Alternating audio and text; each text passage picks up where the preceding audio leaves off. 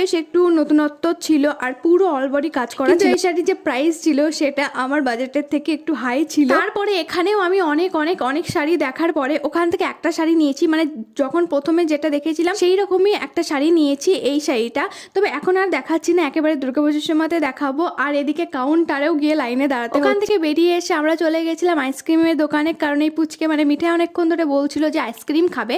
তো এখানে ও এত ধীরে ধীরে আইসক্রিম খাচ্ছিল, আমি বলেছিলাম যে একটু তাড়াতাড়ি আইসক্রিম খা, আমরা একটু দোকানে যাবো। তো ওই দেখো ওই এইভাবে আইসক্রিম খাচ্ছে। তো ওখানে মোড় ছিল, আমরা একটু মোড়ে ঢুকেছিলাম। আসলে আমার ড্রাই ফ্রুট গুলো শেষ হয়ে গেছে আর এখানে বেশ ভালো অফার দেয় ড্রাই ফ্রুটের। তো কয়েকটা ড্রাই ফ্রুটস নিয়ে নিলাম আর তারপরে আমি এখানে এলে কনফিউজড হয়ে যাই। আমার এখন মানে মেকআপের থেকে গ্রসারি শপিং করতে এত বেশি ভালো লাগে, তাই মোড়ে গেলে ভাবি যে সবকিছু তুলে নিয়ে চলে আসবো। তো এখানে দেখছিলাম আর কি কি নেওয়া যায়, যা যা দরকার ছিল সমস্ত কিছু নিয়ে নিয়েছি। এইদিকে মিঠাই বলছিল জেমস খাবে, তো ওর জন্য একটা জেমস তুলেছে আর আমি এইদিকে বিল পেমেন্ট